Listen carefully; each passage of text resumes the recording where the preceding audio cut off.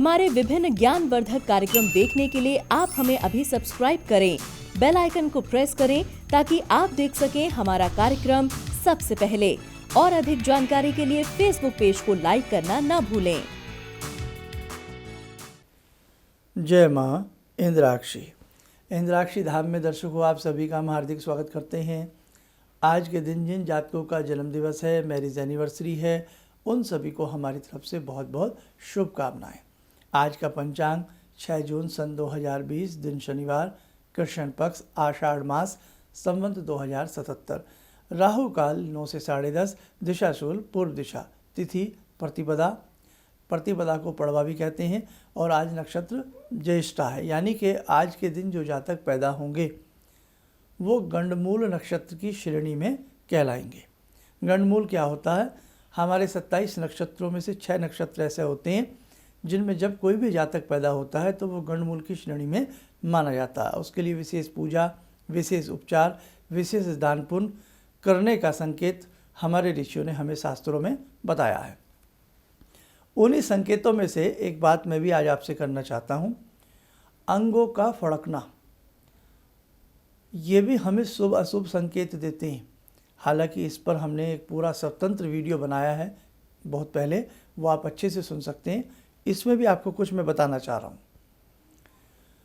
अंग जो हमारे फड़कते हैं, या इसको हम फड़कना या फड़कना कह सकते हैं। अंगों का जो फड़कना होता है, इसके अंदर एक बहुत बड़ा रहस्य छिपा होता है।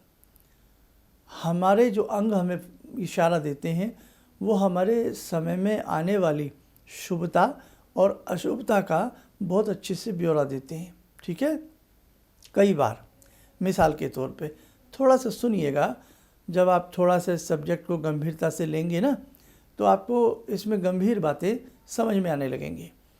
अब कई बार हमारा समय बहुत विपरीत चल रहा होता है, हम बहुत परेशानियों में फंसे होते हैं, और ऊपर से हमारे अंग फड़कने लगते हैं, और ख़ास तौर से हमारी आँख।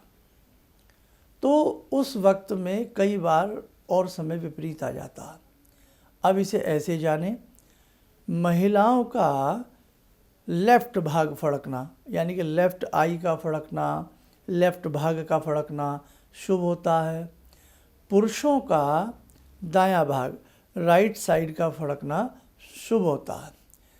अब ये शुभ और ये अशुभ, महिलाओं का लेफ़्ट शुभ और राइट अशुभ, पुरुषों का लेफ़्ट अशुभ, राइट शुभ। समझ गए? अब हम किसी बड़ी परेशानी में घिरे हैं, ऊपर से विपरीत अंग फड़क जाए, यानी कि जो हमारे लिए अशुभ है, तो उस वक्त में घबराना नहीं चाहिए, बल्कि वक्त आपको समझा रहा है कि देखो आप परेशान हैं और मुसीबत और गहरा सकती है, मुसीबत और बढ़ सकती है। उस समय में क्या करना चाहिए? उस वक्त में जो भी हम उस मुसीबत से लड़ने का प्रयास कर रहे हैं, उस प्रयास को और सावधानी के साथ बढ़ा देना चाहिए। बहुत लोग इन चीज़ों को अंधविश्वास मानते हैं, बहुत लोग विश्वास मानते हैं, बहुत लोग ऐਵੇਂ ही मानते हैं। अपनी अपनी इच्छा है, जैसे मर्जी मानिए। लेकिन भारतीय सनातन शास्त्र में छोटी छोटी गहराइयों को पकड़ा गया है। ऐसा नहीं है छोटी छोटी बातों के ऊपर अध्ययन किया गया है। जी हाँ, तो इसलिए ये अंग फड़कना भी एक बहुत रहस्यात्मक तथ्य है, और इसके अंदर बहुत सारी चीज़ें छिपी होती हैं। बाय द वे, आप किसी काम से हिम्मत हार रहे हैं, किसी समस्या से आप जूझ रहे हैं, और आपका सही वाला अंग फड़कने लग जाए, पुरुषों का दायां और महिलाओं का बायां, निश्चित जानिएगा ये संकेत ये कहता है आप चिंता ना करें, वक्त आपकी मुट्ठी में आने वाला है, वक्त आपका साथ देगा, अब आपका समय सुधरेगा, अब आपके दिन अच्छे लौटेंगे, या आज आपका ये काम बनने का पूरा आसार है। जान लड़ा दीजिए, अपनी पूरी मेहनत कर दीजिए।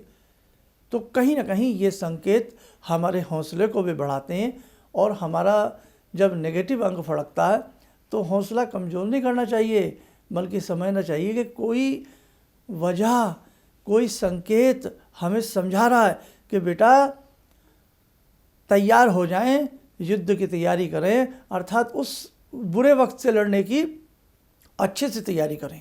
तो कभी भी इन अंगों के फड़कने को लेकर के आप लोग विचलित ना हो। यहाँ मुझे माँ जानकी, मैया सीता याद आती हैं। जब अशोक वाटिका में व्यथित हृदय के साथ सीता माँ थी और अंतिम चरणों में माँ सीता की खोज चल रही थी, तो माँ सीता बहुत परेशान हो गई थी। ऊपर से रावण की तानाकसी, ऊपर से इस प्रकार से विरह की स्थिति, व्यथित हृदय को लेकर के भगवती बड़ी बोझल सी अपने आप को महसूस करती थी। तो भगवती ने देखा कि एक दिन उनके वाम अंग फड़के, एक दिन उनके वाम अंग फड़के। महिला को कहा ना, महिलाओं का बायां हिस्सा, लेफ्ट हिस्सा फड़कना शुभ माना जाता है। तो भगवती परेशान थी, बहुत व्यथित थी। भाई वो तो उनकी लीला थी, जो भी था, लेकिन जब उनके बाएं अंग फड़के उनमें हौसला आया। क्या लिखा राइटर ने? व्यथित हृदय सती साध्वी शुभ लक्षणा। सीता जब पति विरह और रावण के त्रास से अत्यंत व्याकुल थीं, उस समय मन में नाना भांति के विचार कौंध रहे थे। उनका बायां नेत्र, बाईं भुजा, बायां अंग जब फड़कने लगे, सोने के समान रंग वाला रेशमी पीतांबर तनिक सा खिसकने लगा, फड़कने लगा, जो भावी समय की सूचना देने लगा। विंबा फल जैसे ओष्ठों, सुंदर नेत्रों, मनोहर भौहों, धनुष जैसी बाकी ब्रोनियों तथा श्वेत उज्ज्वल दांतों से सुशोभित उनका मुख राहु के ग्रास से मुक्त हुए चंद्रमा की भांति प्रकाशित हो उठा। खिल उठी और मन में एक विश्वास जगा, और जो मन हृदय बुझा हुआ था उसमें आशा की ज्योतियाँ प्रज्वलित हो उठी। और आप पढ़ते भी होंगे, सभी पढ़ते होंगे, पढ़ते हैं ना घर के अंदर एक स्तुति, और उसमें अंतिम में क्या लिखा तुलसीदास जी ने? जानी गौरी अनुकूल सियहि हरसुन जाई कही, मंजुल मंगल मूल वाम अंग फरकन लगे। अक्सर आप इस स्तुति को ज़रूर सब अपने अपने घर में पढ़ते होंगे। भगवान श्री राम जी की ये स्तुति सब ने पढ़ी होगी, और इसमें वाम अंग फरकन लगे, जो हमारे शास्त्रों में जो चीज़ें हमें बताई गई हैं, क्या वो गलत है? तो इसीलिए प्रमाण है, एक एक चीज़ का प्रमाण दिया गया है भगवान के माध्यम से भी, भगवती के माध्यम से भी, ऋषियों के माध्यम से भी, प्राचीन पुस्तकों के माध्यम से भी। शर्त है हम अपने धर्म को मानते नहीं, हम अपने धर्म की मजाक उड़ाते हैं। अरे क्या बात कर रहे हैं आप, क्या सोच रहे हैं आप? हमारे धर्म में छोटी छोटी चीज़ों को पकड़ा गया है, छोटे छोटे नुक्तों को, छोटे छोटे कोमा क्रॉस बिंदुओं को रिसर्च की गई है उनके ऊपर। आप इस बात को नहीं सोचते, ये सोच लेते हैं अंग फड़कने लगे, ये भी एक वहम फैला दिया, अंधविश्वास। अरे क्या अंधविश्वास हो गया? अंग फड़के आपका आदमी पूरा फड़क जाए, आप तब कुछ नहीं समझते? हमारे यहाँ छोटी से छोटी चीज़ों के ऊपर अध्ययन किया गया। इस बात को समझें, आज का यूथ इस बात को ज़रूर समझे। आज की इस प्रकार की नकारात्मक फिल्में हमारे बच्चों के जो मानसिक धरातल है उसको कमज़ोर बना रही हैं। आज की बहुत सारी शिक्षा जिसमें बच्चा ना इधर का रहता ना उधर का रहता, भगवान की डेफिनेशन पूछने लगता है, कहाँ है भगवान, दिखाओ कैसा है भगवान। तो बड़ा दुर्धर्ष समय हो गया है। मैं तो आपसे यही निवेदन करता हूँ, अगर हमारे शास्त्रों में कुछ लिखा है तो आप उसे विश्वास करिए, अपने ऋषियों को मानिए, अपने ऋषियों की सच्चाई को मानिए। एक हनुमान चालीसा में आपने देखा, सुंदर हनुमान चालीसे में राम अष्टक है, बहुत सारी चीज़ें आपको मिल जाती हैं छोटी छोटी किताबों में। मिसाल के तौर पे जैसे यही गीता प्रेस की श्री हनुमान चालीसा की बुक है, इसमें हनुमान अष्टक आपको मिलेगा, बजरंग बाण इसमें आपको मिलेगा, इसी में आपको श्री राम स्तुति मिलेगी, इसी में आपको हनुमान चालीसा मिलेगी। तो अगर हमारे ऋषियों ने कुछ कहीं लिखा है तो मेरे दर्शकों उसे आप समझने और मानने का प्रयास करें, बाकी आपकी इच्छा है। आइए समय हो चला आज की ध्यानमाला से जुड़ने का। जुड़ते हैं आज की ध्यानमाला में प्रभु श्री राम से। ओम रामो राजमणि सदा विजयते, रामं रमेशं भजे, रामेण विहता निशाचर चमू रामाय तस्मै नमः। रामानास्ति परायणं परतरं रामस्य दासोऽम्यहम्। रामे चित्तलया सदा भवतु मे भो राम मामुद्धर।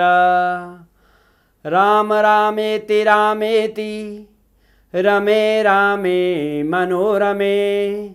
सहस्रनाम तत्तुल्यं राम नाम वरानने। आदो राम तपोवनं दिगमनं हत्वा मृगं काञ्चनं। वैदेहीहरणं जटायुमरणं सुग्रीवसंभाषणं।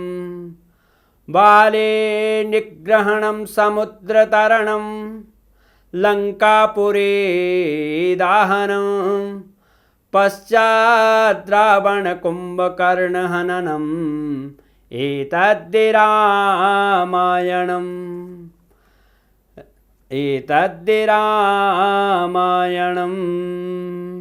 कवच बना लें, ध्यान करें, राम जी का आशीर्वाद हमारे ऊपर बरस रहा है।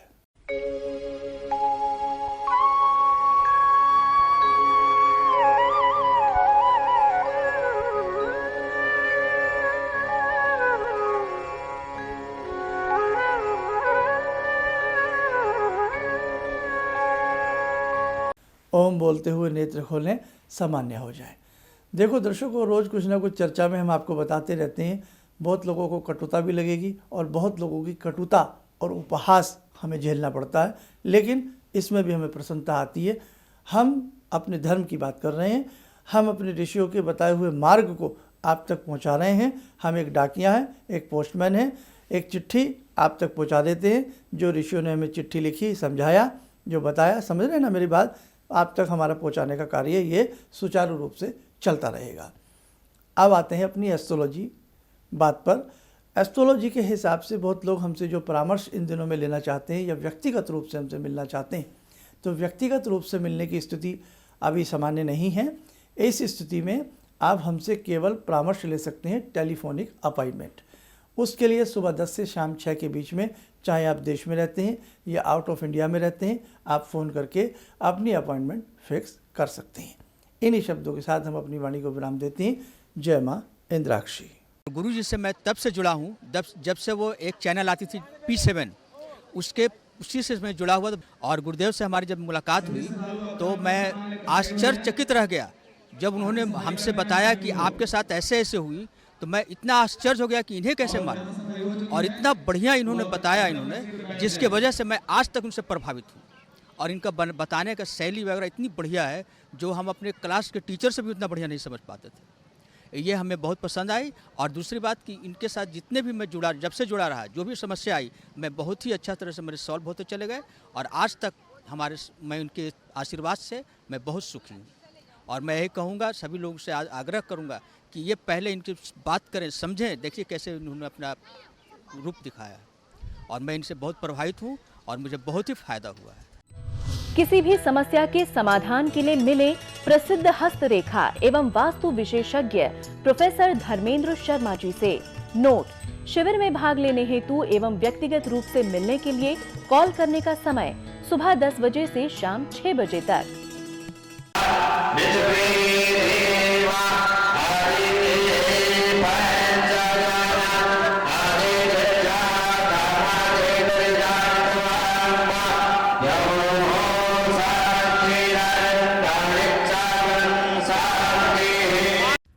हमारे विभिन्न ज्ञानवर्धक कार्यक्रम देखने के लिए आप हमें अभी सब्सक्राइब करें, बेल आइकन को प्रेस करें ताकि आप देख सकें हमारा कार्यक्रम सबसे पहले।